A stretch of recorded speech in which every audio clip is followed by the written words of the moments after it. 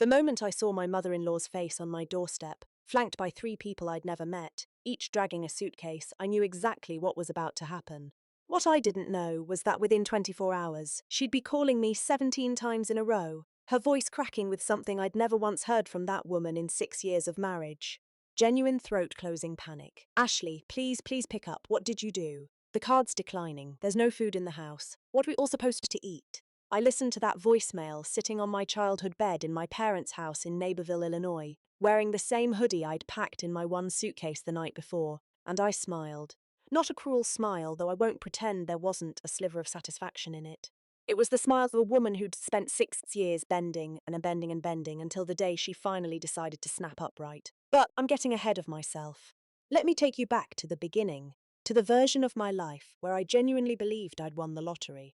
3 years ago, if you'd asked me to describe my life, I would have sounded insufferable. Like one of those women on Instagram who posts her coffee with the caption, "Grateful," and actually means it. I was 31, married to Brandon Whitfield, 6'2", brown eyes, the kind of jaw that made my college roommate whisper, "Girl, lock that down," when she first met him. We'd been together since I was 24, married at 25, and by 31 we'd built something that felt, I don't know, real. Not Instagram real, real. We lived in a 3-bedroom ranch in Plainfield, about 40 minutes southwest of Chicago. Nothing fancy, 600 square feet, a yard that flooded every spring, an HOA that sent passive-aggressive letters about our recycling bin placement, but it was ours. Well, mostly mine on paper, and I'll get to why that matters later. Brandon worked as an HVAC technician. Good money, honest work, hands that were always a little rough, no matter how much lotion I bought him. I was a senior claims analyst at a mid-size insurance company downtown. The kind of job that sounds boring at parties but paid well, really well. By the time everything blew up, I was pulling in $94,000 a year. Brandon made around $62,000. Together we were comfortable. Not rich, but the kind of comfortable where you don't check your bank account before buying groceries, where you can say, "Let's just get the good cheese," without doing mental math. Our weekends were simple. Saturday mornings at the farmer's market in Lockport. Sunday football at our place with Brandon's buddy Travis and his wife Megan. I'd make 7-layer dip and pretend to care about the Bears. Brandon would rub my feet during halftime without me asking. We had a joint checking account, a savings account with $47,000 in it, and a retirement plan that our financial advisor Dennis called ahead of the curve for your age bracket. I loved my husband. I want to be clear about that. This isn't one of those stories where I reveal I was secretly miserable the whole time. I loved him in the way you love someone who knows your coffee order, who holds your hair back when you're sick, who once drove 45 minutes in a snowstorm to bring you Tylenol because you sounded weird on the phone. Brandon was kind. Brandon was gentle. Brandon was also, in the way that matters most to this story, completely incapable of standing up to his mother, Linda Whitfield. 63 years old, 5'4", a retired dental hygienist from Joliet, with a voice that could cut sheet metal and an opinion about everything I did. From the way I loaded the dishwasher to the thread count of our bed sheets, she wasn't a monster. I want to be fair. She could be warm. She remembered my birthday every year. Always got me something thoughtful. A scarf, a book she'd seen me eyeing. She made the best peach cobbler I've ever tasted. And she genuinely adored Brandon in a way that early on I found endearing. But Linda had a philosophy about family that I didn't fully understand until it was too late. In Linda's world, family meant her family, her blood, her people. And I was always, no matter how many Thanksgivings I hosted, no matter how many times I drove her to her podiatrist appointments in Bolingbrook, an outsider, a guest in the Whitfield ecosystem who'd been granted a conditional visa. The first few years were manageable. She'd make little comments. "Oh, Ashley, you're using store-bought pie crust. That's fine, I guess," and I'd let them roll off. Brandon would sometimes catch them and give me a look that said sorry, and that was enough. We had boundaries. She lived 30 minutes away. She visited once or twice a month. It was fine. Then Linda's sister, my aunt-in-law Diane, got divorced, and then Diane's daughter, my cousin-in-law Stephanie, lost her apartment. And then Diane's son, my other cousin-in-law Marcus, got laid off from his warehouse job in Romerville. And suddenly, Linda's world was full of people who needed saving. And Linda had decided with the absolute certainty of a woman who has never once questioned her own judgment exactly where those people were going to land. Our house. But here's the thing. She didn't come to me first. She didn't even come to Brandon first. Not really. She planted seeds, little comments over Sunday dinners at her place that I barely registered at the time. Diane's just so lost since the divorce. Bless her heart. Stephanie's been sleeping on a friend's couch. Can you imagine at 26? Marcus just needs a few weeks to get back on his feet, that's all. I nodded along. I said, "That's tough, and I hope things work out because I'm a human being with empathy, and I genuinely felt bad for them." What I didn't realize was that every sympathetic nod was being catalogued, filed away, ammunition for later. Looking back, I can pinpoint the exact moment the ground started shifting beneath me. It was a Tuesday evening in early October. Brandon came home from work smelling like duct sealant, which was normal. He kissed me on the forehead, which was normal. Then he sat down at the kitchen table, folded his hands, and said something that was not normal at all. "So my mum called today." 4 words innocuous on the surface, but something in his tone, a tightness, a careful neutrality, made the hair on the back of my neck stand up. I set down the spatula I was holding. I was making stir-fry. I remember the sesame oil sizzling in the pan, the smell sharp and warm. "Okay," I said slowly, "what about?" She had an idea, he paused, swallowed. "About Diane and the kids." The kids? Stephanie was 26 and Marcus was 23. Not kids, but that's what Linda called them, because it made them sound more helpless, more deserving of rescue. "What kind of idea?" I asked. Brandon looked at me with those brown eyes, and I saw something I'd seen maybe 3 times in our entire marriage. Guilt that hadn't yet earned its reason. She thinks they should stay with us for a while, just until they get back on their feet. The sesame oil popped. A tiny drop hit my wrist. I barely felt it. "All 3 of them," I said, "Diane, Stephanie, and Marcus, in our 3-bedroom house. Mom says it would only be a couple months, maybe through the holidays." I stared at him. The stir-fry was starting to burn. "I didn't move, Brandon," I said carefully. "Where exactly would 3 additional adults sleep in our house? We have our bedroom, the office I work from 2 days a week, and the guest room that currently has 1 twin bed in it." He opened his mouth, closed it, opened it again. Mom had some thoughts on that too. And that right there, that sentence delivered in my kitchen on an ordinary Tuesday while my dish charred in the pan, was the first domino. I just didn't know yet how many were lined up behind it. I turned off the burner, scraped the ruined stir-fry into the trash, looked at my husband, this man I loved, and felt something cold settle in my stomach, like a stone dropped into still water. "Tell me," I said. "Tell me all Valinda's thoughts." He couldn't meet my eyes. And in that silence, in the space between his breath and his next word, I heard the faintest crack. The sound of the life I'd built starting to fracture along a fault line I never knew was there. Brandon exhaled through his nose, long and slow, the way he did when he was about to deliver bad news and wanted to package it as something reasonable. "Okay, so Mom's thinking Diane could take the guest room. That makes sense, right? She's the oldest. She needs privacy. Stephanie could set up in the office. We could move your desk into our bedroom. Maybe put it in the corner by the window. And Marcus," he trailed off. "And Marcus," I repeated, "the couch just temporarily. He's a quiet kid, Ash. You'd barely know he was there." I leaned against the kitchen counter. My fingers gripped the edge of the laminate so hard I could feel the seam digging into my palms. "Let me make sure I understand this. Your mother wants me to give up my home office, the room I work from, twice a week for my actual job that pays our actual mortgage, so your 26-year-old cousin can have a place to sleep. And your 23-year-old cousin would be living on our couch in our living room where we live. It's not permanent. You keep saying that word. Define not permanent. 2 weeks, 2 months, 6 months. Mom said through the holidays. It's early October for Brandon. The holidays means Thanksgiving, Christmas, New Year's. That's 3 months minimum." He rubbed the back of his neck. "I know it's a lot to ask." "You haven't asked yet," I said quietly. "You've told me what your mother decided." That landed. I could see it hit him. A flinch, subtle but real, the way his jaw tightened. For a moment, I thought he might actually push back against the whole thing. That he might say, "You're right, this is crazy. I'll tell her no." Instead, he said, "Can you at least think about it?" And because I loved him, because I was still the version of Ashley who believed that marriage meant compromise, that kindness would be rewarded with kindness, I said, "I'll think about it." I thought about it for exactly 1 night. Lying in bed next to Brandon, staring at the ceiling fan, making its lazy rotations, I ran through every scenario. 3 extra adults in 600 square feet. My office dismantled. My work from home days disrupted. Sharing a single bathroom with 5 people instead of 2. The grocery bill, the water bill, the electricity, the sheer suffocating loss of privacy in my own home. The next morning, over coffee, I told Brandon no. He nodded quietly, almost relieved, I thought. "Okay, I'll tell Mom." And for about 72 hours, I believed that was the end of it. Then Linda called. Not Brandon, me directly. On a Friday afternoon, while I was at my desk at work, reviewing a property damage claim for a warehouse fire in Neatville. "Ashley, honey, I need to talk to you about something." Her voice was warm, concerned, the voice she used when she wanted something. "I heard you and Brandon discuss the situation with Diane." "We did. And before you say anything, I want you to know I completely understand your hesitation." "I do, it's a big ask." But I'd be thinking, and I have a solution that I think works, everyone. I should have hung up. I should have said, Linda, this isn't your decision to make, and ended the call. But I was at work and I was polite, and those two things conspired against me. What's your solution? I asked. Well, Diane only needs a room Stephanie can share with her. They're mother and daughter, they don't mind. So really, you're only giving up the guest room. You keep your office. Marcus sleeps on the couch, but just for a few weeks until he finds work. He's already been applying places. It's barely an inconvenience. She delivered it so smoothly, so reasonably, like she was selling me a timeshare and had practiced the pitch in the mirror. Linda, I appreciate you thinking about it, but the answer is still no.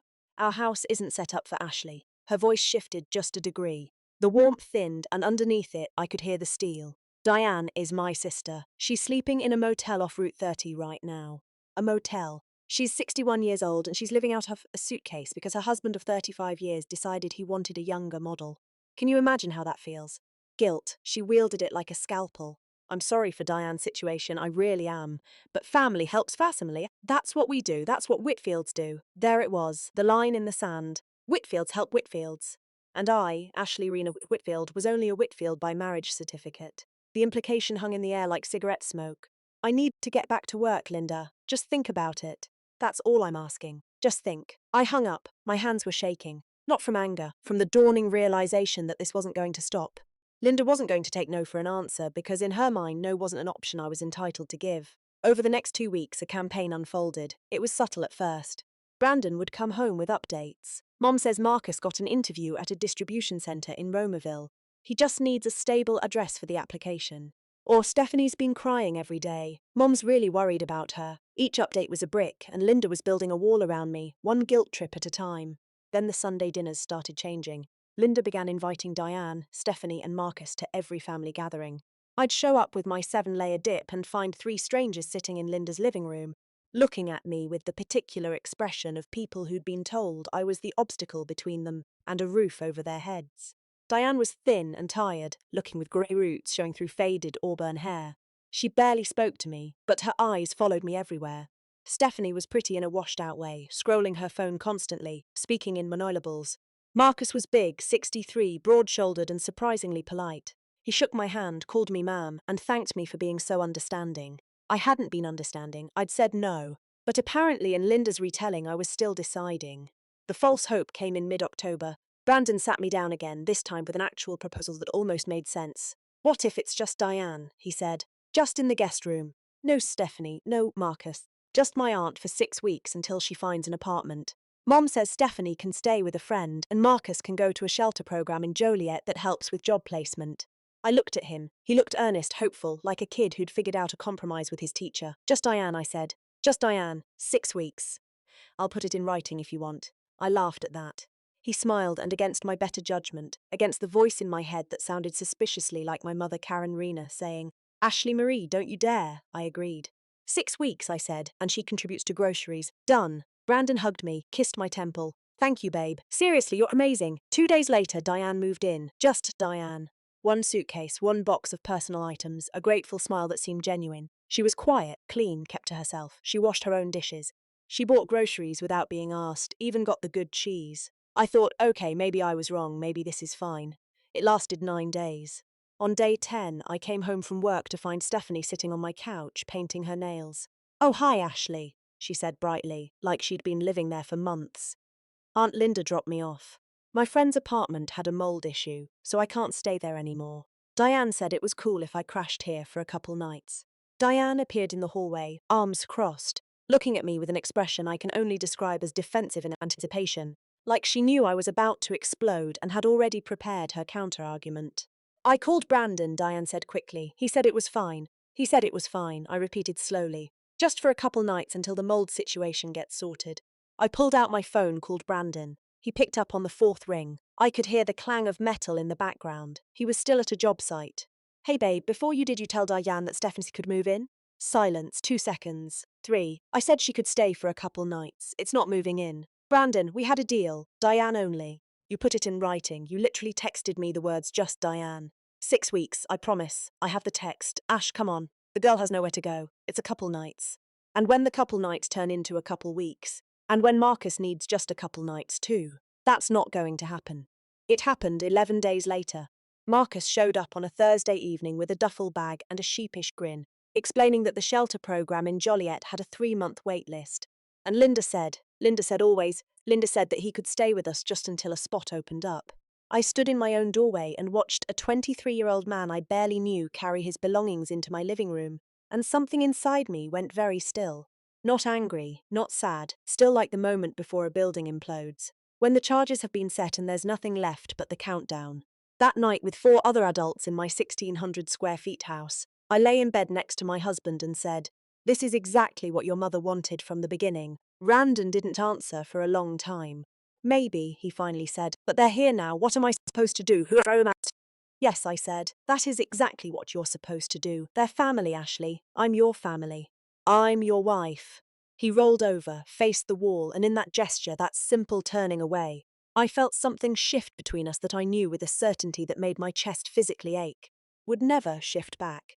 The next 3 weeks were a masterclass in slow suffocation. My home office was now Stephanie's bedroom.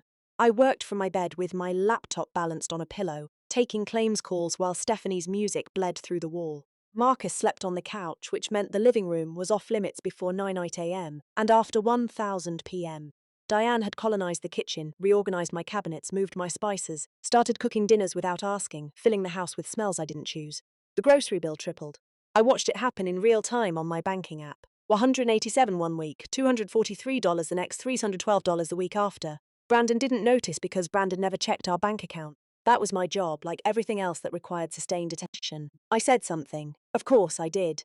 I sat Brandon down at the kitchen table, our table, though it didn't feel like ours anymore, and pulled up the numbers on my phone. "We've spent an extra $100 on groceries in 3 weeks.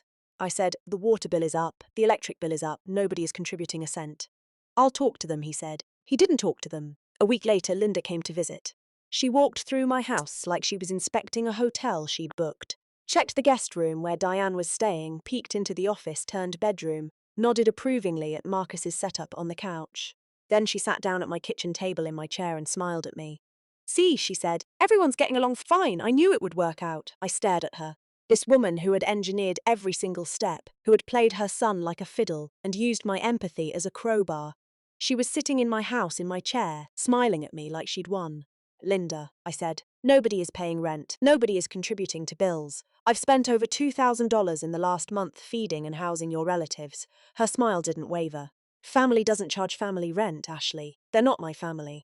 The room went silent. Diane froze in the hallway. Stephanie looked up from her phone. Even Marcus, who was usually invisible, seemed to materialize in the doorway. "And Linda?" Linda looked at me like I'd slapped her. "Excuse me," she said softly, dangerously. "They're your family, Linda. Your sister, your niece and nephew, not mine. I agreed to host Diane for 6 weeks, and instead I have 3 people in my home who I didn't invite and who aren't contributing anything." "Brandon," Linda said, not looking away from me. "Brandon, are you hearing this?" Brandon was standing by the refrigerator. I turned to look at him, my husband, my partner, the man who was supposed to have my back. He looked at his mother. He looked at me. And then he said the words that broke something inside me that I don't think has fully healed to this day. "Ash, maybe you should go stay at your parents' place for a few days, just until everyone cools down." The room hummed with silence. I could hear the refrigerator cycling, the clock on the wall ticking, my own blood rushing in my ears. "You want me to leave?" I said. "My house." "You want me to leave my own house just for a few days to cool down?" Linda was nodding. Actually nodding like this was the reasonable solution she'd been hoping for all along. And in that moment, looking at my husband choosing his mother's comfort over mine, I understood something with diamond-hard clarity. This wasn't going to get better. There was no conversation, no compromise, no Q's therapy session that would fix what was fundamentally broken. Brandon would always choose Linda, every single time. So, I smiled. I felt it spread across my face, calm, controlled, and absolutely terrifying to everyone in that room because they expected tears. "Okay," I said. "I'll go to my parents." Linda blinked. Brandon blinked. Even Diane looked startled. "Really?" Brandon said. "I mean, okay, good. Just a few days." "Sure," I said. "Just a few days." I walked to our bedroom, packed 1 suitcase, took my laptop, my charger, my toiletry bag. I moved slowly, deliberately. No tears, no slamming drawers. On my way out, I stopped in the kitchen. Everyone was still there, watching me like they were witnessing something they couldn't quite categorize. "The Wi-Fi password is on the router," I said pleasantly. "Trash goes out Wednesday. Recycling bin goes to the curb, or the HOA sends a letter." Then I walked out of my own front door and drove 37 minutes to my parents' house in Neatville. What none of them knew, not Brandon, not Linda, not Diane or Stephanie or Marcus, was what I did during that drive. Parked my parents' driveway, engine still running, I opened my banking app. I looked at the joint checking account, $4,208.32. I looked at the joint savings, $43,600 we dipped into it. And then I looked at something none of them even knew existed, my personal account. The one in my name, only at a completely different bank. The one I'd opened 2 years ago when Linda first started testing boundaries, when a tiny voice in the back of my mind whispered, just in case. It had $11,400 in it, small transfers. Birthday money from my parents, my annual bonus that I'd quietly redirected. I sat in that driveway and I made a decision, not in anger, in clarity. But I didn't act on it yet. Not that night. That night, I walked into my parents' house, let my mother wrap me in a hug that smelled like downy and cinnamon, and I slept 12 hours straight in my childhood bed under a quilt my grandmother made. The acting came the next morning, and when it did, it set off a chain of events that not a single person in that house in Plainfield saw coming. I woke up at 6:47 a.m. in my childhood bed, and for about 3 seconds I didn't remember. The quilt was warm, the house smelled like my dad's coffee. He always brewed it too strong. Folders and a mister. Coffee machine that was older than me. For 3 seconds I was just Ashley Rayner, home for a visit, safe and small and unbothered. Then it hit. The memory of Brandon's face, Linda's nodding, Stephanie's nail polish on my couch, Marcus's duffel bag in my living room, and my own voice, calm and smiling, saying, "Okay, I'll go." I pulled the quilt over my head and lay there, breathing in the smell of old cotton and lavender dryer sheets, and I let myself feel it. All of it. The humiliation of being asked to leave my own home. The rage that sat in my chest like a hot coal. The grief, because that's what it was. Grief for the marriage I'd thought I had. The husband I'd thought I'd married. My phone was on the nightstand. I picked it up. No texts from Brandon. Not one. His wife had left their home the night before with a single suitcase, and he hadn't even sent a "Did you get there safe?" Nothing. I checked twice, thinking maybe I'd missed it. I hadn't. But there was a text from Linda sent at 11:14 p.m. the previous night, barely 2 hours after I'd walked out. "Ashley, I think this is really mature of you. Sometimes space is the best thing. Take a few days and clear your head. We'll hold down the fort. We'll hold down the fort." My fort, my mortgage, my fun 600 square feet that I paid for with my salary, while her son contributed less than half, and she'd signed it with a smiley face. I stared at that emoji until my vision blurred. Then I put the phone face down on the nightstand and didn't touch it for 2 hours. My mom found me at 9, still in bed. Karen Reena, 61, 5'6", a retired middle school principal who once made a 6th grader cry by simply raising one eyebrow, sat on the edge of my bed and didn't say a word. She just put her hand on my back and waited. "Brandon asked me to leave," I said into the pillow. "I know, sweetheart, you told us last night. I keep thinking I dreamed it, you didn't." "Mom, I pay 70% of that mortgage. The house is in both our names, but the down payment, $22,000, that came from my savings before we were even married. I furnished it. I maintained it. I painted every room in that house myself because Brandon said he'd get to it, and never did." My mother's hand stilled on my back. "Ashley, look at me." I rolled over. Her face was calm, but her eyes, my mother's eyes, were doing that thing they did when she was furious and containing it, like watching someone hold a lid on a boiling pot. "What are you going to do?" she asked. "I don't know yet." "Yes, you do. You've always known what to do. You just need to decide you're allowed to do it." She left, closed the door gently, and I lay there staring at my ceiling, the same ceiling I'd stared at as a teenager, wondering what my life would become. And I started to think, really think, not with my heart, which was shattered, with my brain, which was not. Here's what I knew. The house in Plainfield was jointly owned. Both names on the deed, both names on the mortgage. But the down payment was mine. I had bank records to prove it. The joint checking account had $4,218.32 in it. The joint savings had $43,600. My personal account, the one nobody knew about, had $11,400. I also knew something else, something I hadn't told Brandon because it hadn't mattered until now. My salary, my $94,000 salary, was direct deposited into the joint checking account. Every 2 weeks, $284,763 after taxes and 401k contributions landed in that account. And from that account flowed the mortgage, the utilities, the car payments, the insurance, the groceries, everything. Brandon's checks went in too, but his covered maybe 40% of our expenses. The rest was me. If I redirected my direct deposit, that joint account would drain like a bathtub with a plug pulled. Within 2 weeks, there wouldn't be enough to cover the mortgage payment, let alone feed 5 adults. I thought about that, turned it over in my mind like a stone. It felt dangerous, it felt vindictive. It felt like something Linda would do, but it also felt like the first rational thought I'd had in weeks. I didn't do it yet. Not that morning. Instead, I did something harder. I went to work, drove 40 minutes from Neighborville to the office downtown, sat at my desk, processed claims, answered emails, and pretended my life wasn't imploding. My co-worker, Jennifer, the only person at work I'd call a real friend, noticed immediately. "You look like you slept in a ditch," she said, setting a coffee on my desk. "My parents' house, actually." "What?" I told her the abbreviated version. The relatives, the guilt trips, the escalation, Brandon telling me to leave. Jennifer listened without interrupting, which was unusual for her. And when I finished, she said something that cracked something open inside me. "Ashley, that's abuse." I flinched. "It's not, he didn't hit me. Nobody hit me. He removed you from your own home to make room for people his mother chose. He prioritized her comfort over your safety and stability. That is a form of abuse. And the fact that you're sitting here processing fire claims instead of calling a lawyer tells me you haven't accepted that yet." I opened my mouth to argue, closed it, opened it again. "I don't want to divorce," I whispered. "I didn't say divorce, I said lawyer. There's a difference. A lawyer tells you your options. What you do with those options is up to you." She wrote a name on a post-it note, slid it across my desk. "Rachel Torres, family law. She handled my sister's custody case. She's not cheap, but she's a pit bull in heels." I took the post-it, put it in my wallet, didn't call, not yet. That night, back at my parents' house, I finally checked my phone properly. 3 texts from Brandon. 5:12 p.m. "Hey, how was work?" 5:14 p.m. "Mom made pot roast tonight. Diane helped." 47 p.m. "Miss you. Come home soon." Okay, I read them 3 times. "Mom made pot roast tonight." In my kitchen using my pots, probably my groceries, and he was reporting it to me like it was charming. Like I should be happy that the woman who orchestrated my removal from my own home was now cooking in it. I didn't respond. The next morning, I woke to a voicemail from Linda, the one I described at the beginning of this story, the panicked one about the card declining. Except I need to correct myself because the timeline matters. That voicemail didn't come the next morning, it came 4 days later. And what happened in those 4 days is what changed everything.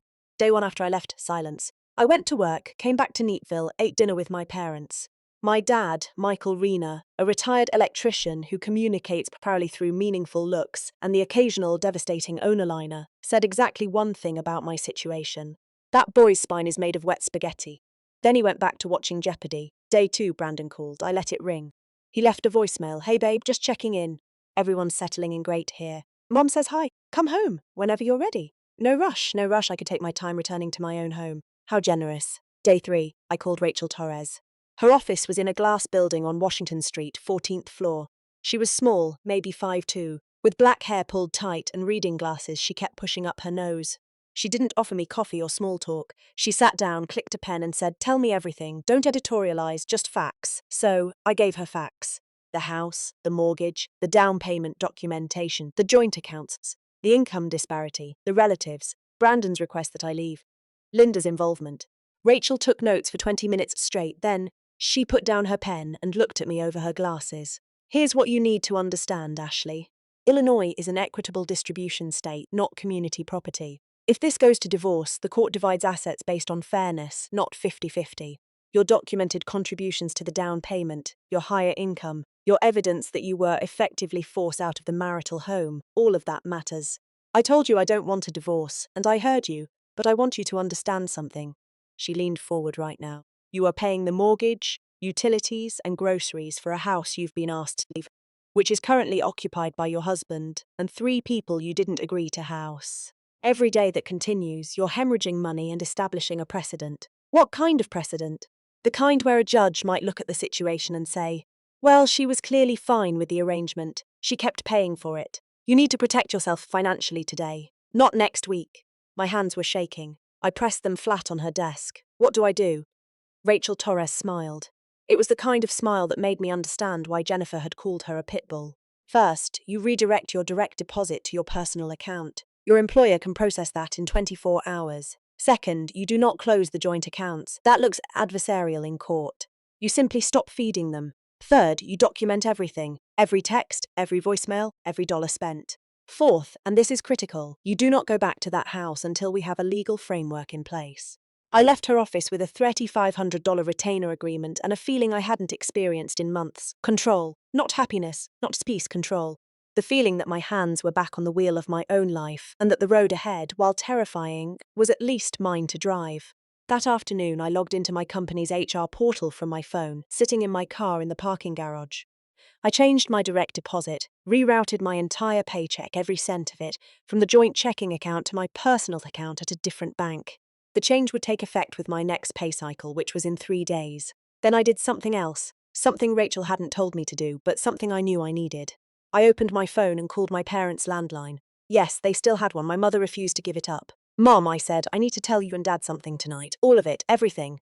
That evening, sitting at the kitchen table where I'd done homework as a kid, I laid it all out. The finances, the lawyer, the plan. My mother listened with her hands folded. My father listened with his jaw tight. When I finished, my mom reached across the table, took both my hands and said, "You stay here as long as you need. This is your home."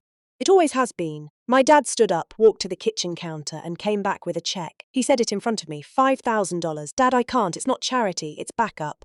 "You're going to war, kid. Wars cost money," I cried. Then for the first time since leaving Plainfield, I actually cried. Ugly gasping sobs that shook my whole body.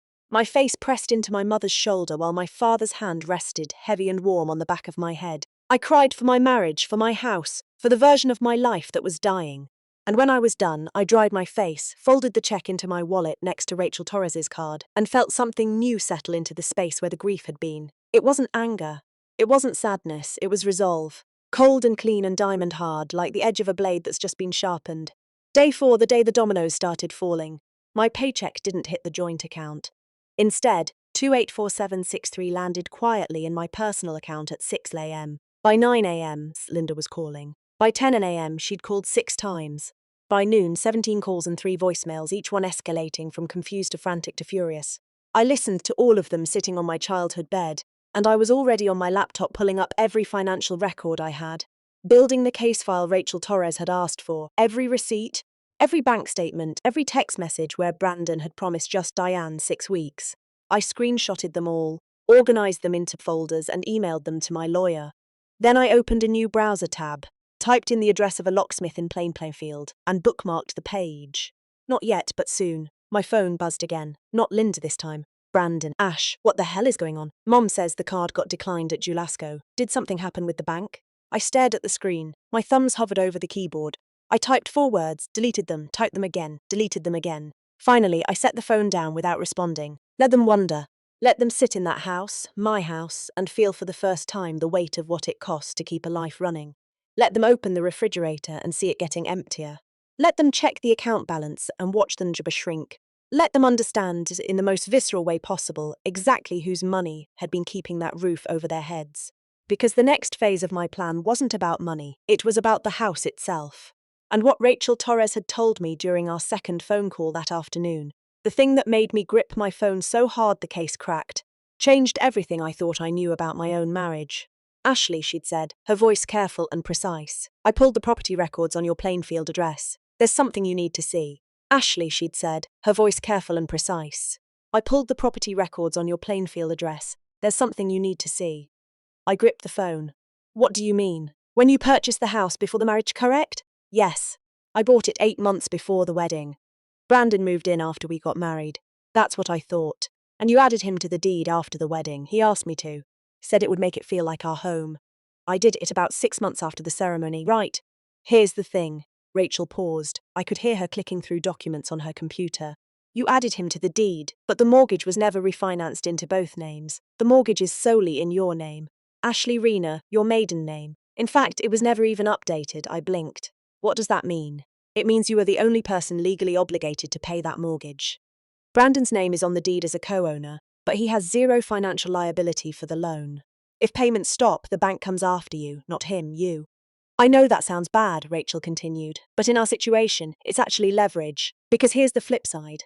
You're the one the bank cares about. You're the borrower. And right now, you're paying for a home you've been displaced from while your husband houses people without your consent. Any family court judge in Cook County is going to have a very strong opinion about that." I sat in my car in the parking garage for 15 minutes after that call, engine off, hands on the steering wheel at 10 and 2, staring at nothing. The mortgage was mine. The income was mine. The down payment was mine, and I'd been the one asked to leave. Something crystallized in that moment. Not a plan. I already had a plan, a conviction. The absolute unshakable certainty that I was done bending. Day 5, I called Brandon. He picked up on the first ring. "Ash, finally. What's going on with the bank account?" "Mom's been Brandon. I need you to listen to me. Don't interrupt. Startled silence. I'd never spoken to him in that tone. I've hired a lawyer. Her name is Rachel Torres. She'll be reaching out to you this week. I've redirected my direct deposit to a personal account because I will not continue funding a household I was asked to leave. The mortgage payment is due on the 1st. That's 9 days from now. If it's not paid, it affects my credit, not yours, since the loan is only in my name. So, I will be making that payment directly to the lender from my own account.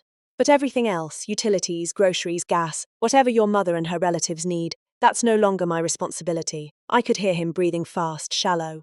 Ash, you can't just die, can I am. And one more thing, Rachel has advised me to formally request that Diane, Stephanie and Marcus vacate the property within 14 days. You'll receive that in writing. If they're not out, we pursue legal remedies. This is not a negotiation, you're blowing this up. Over what? Over a few house guests? Over you choosing your mother over your wife? Over being told to leave my own home? Over 3 people I didn't invite eating food I paid for in rooms I furnished? Pick whichever reason you like, Brandon. They're all valid. He hung up. I expected that. What I didn't expect was what happened. 3 hours later, showed up at my parents' house. My mother answered the door. I was upstairs, but I heard every word through the heating vent, the same vent I used to eavesdrop through as a teenager when my parents argued about whether I could go to prom with Danny Koswalski. Karen, I need to speak with Ashley. Linda's voice, controlled but tight, like a wire about to snap. My mother's voice, calm as a frozen lake. Linda, my daughter doesn't want to see you right now. This is between me and her. She's destroying her marriage over a misunderstanding. A misunderstanding? My mother repeated it flatly. You moved 3 people into her home, had her husband tell her to leave, and you're calling it a misunderstanding. Family helps family. Karen, I'm sorry if that's a foreign concept to don't. One word, my mother's principal voice, the voice that could silence a cafeteria of 312-year-olds. Don't you dare come to my home and lecture me about family. My daughter paid for that house. My daughter funded that life, and you treated her like a tenant who'd overstayed her welcome. So, here's what's going to happen. You're going to get back in your car, drive back to Plainfield, and tell those relatives of yours to start packing, because my daughter has a lawyer, Linda. A very good one. Silence, then the sound of Linda's car pulling away. My mother appeared in my doorway 2 minutes later, not even slightly ruffled. She won't be back, she said simply. And she was right. The next 7 days unfolded with the precision of a legal machine. Rachel Torres sent a formal letter to Brandon, certified mail, signature required, requesting the removal of all non-resident occupants within 14 days. She also filed a motion with the court documenting my displacement from the marital home, including screenshots of Brandon's text. Just Diane, 6 weeks, I promise. Linda's smiley face text, and the bank statements showing $30,200 in excess spending during the occupation. Brandon called me twice during that week. The first time he was angry. You lawyered up seriously without even talking to me. I tried talking to you, Brandon. You told me to go to my parents' house. The second time he was scared. His voice was different, smaller, younger. Ash, Marcus and Stephanie left yesterday. They're staying at some motel. Diane's packing. Mum's furious. She says you're tearing the family apart. Good. I said they should have left 3 weeks ago. What about us? I closed my eyes. This was the question I'd been dreading. Not because I didn't know the answer, but because saying it out loud would make it irreversible. I don't know, Brandon. I honestly don't know if there's an us to come back to. He started crying quietly, the way men cry when they've never learned how to do it properly. Swallowed sounds, sharp breaths. And I felt it in my chest, that old tenderness, that reflex to comfort him. But I didn't, because tenderness was the leash they'd kept me on for 6 years, and I'd finally slipped the collar. On day 12, Diane moved out. I know because Brandon sent me a photo of the empty guest room like proof of compliance. The bed was stripped, the closet was open and bare. On the nightstand was a note from Diane that read, Ashley, I'm sorry. I didn't realise. Thank you for your kindness. I stared at that note for a long time. I believed her. Diane had been a pawn too. On day 14, I drove back to Plainfield, not to reconcile, to assess. Rachel came with me. We walked through the house together while Brandon sat on the couch watching us with red-rimmed eyes. The house was a mess. Not destroyed, but neglected in the way a place gets when too many people live in it without anyone taking ownership. Stains on the carpet, a crack in the bathroom mirror. My office, the room Stephanie had occupied, smelled like stale perfume and had nail polish marks on the desk I'd bought from IKEA and assembled myself. Rachel documented everything, photos, notes, stamps. Brandon didn't say a word. When we were done, I stood in my living room, and looked at my husband. He looked smaller than I remembered, not physically. Something else had shrunk. Brandon, I said, your mother orchestrated this entire thing. She manipulated you. She manipulated me. and she used Diane and Stephanie and Marcus as chess pieces. You know that, right? He nodded slowly. I know, and when I told you multiple times that it was wrong, you chose her every single time. I know. His voice cracked. I thought I was doing the right thing. You thought you were doing the easy thing. There's a difference. He looked at the floor and I said, the thing I'd been carrying for 2 weeks, the thing that sat in my chest like a stone. I'm filing for divorce, Brandon. He didn't argue. He didn't beg. He just nodded one more time and said, I'm sorry, Ash, I know you are, I said. But sorry doesn't rebuild what you let her tear down. The divorce took 4 months, equitable distribution. Like Rachel said, I kept the house, bought out Brandon's share for $31,000, which was fair given that my down payment had been $22,000, and I'd paid the vast majority of the mortgage. He kept his truck and his 401k. We split the joint savings. I got $26,000. He got $17,600. Clean, surgical. The judge noted in her written opinion that my involuntary displacement from the marital home was a significant factor. Linda tried to come to the final hearing. Rachel had her removed from the courtroom. I didn't look back. That was 11 months ago. I'm sitting in my house in Plainfield right now writing this. The office is an office again. My desk by the window, my laptop, my files. The guest room has a new bed, a real one, queen-sized for when my parents visit. The living room is mine. The kitchen is mine. And the silence is mine. I'm 33 years old, divorced. My credit score is $781. My savings account has $38,000 in it. I got a raise, $11,000 now. Dennis, my financial advisor, says I'm back on track. Jennifer at work says I look like a different person. My dad says I look like myself again. Brandon moved to an apartment in Joliet closer to Linda. I hear from mutual friends that she visits him 3 times a week. She got what she wanted in the end, her son all to herself. Sometimes late at night, I still reach for the other side of the bed. Muscle memory. I find cold sheets and empty space. And for a moment, just a moment, I miss the weight of another person beside me. Then I remember the weight I was carrying wasn't love. It was obligation dressed up in a wedding ring. My mother told me something the week I moved back into my house.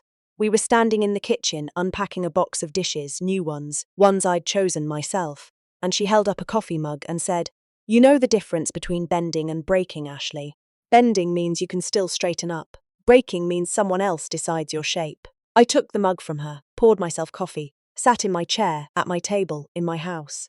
Nobody decides my shape anymore.